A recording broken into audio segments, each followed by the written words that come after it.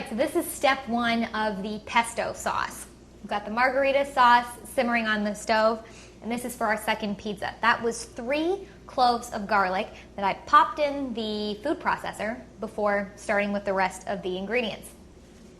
So of course, it's pesto, so we've got to get all these gorgeous basil leaves. We want to do 3 cups loosely packed. Don't be afraid to get it, open it all up. Pick out the nicer leaves.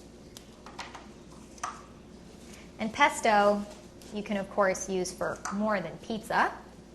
You can use it for your tomato sauces. So that's 1 cup with that 1 leaf. Open that up.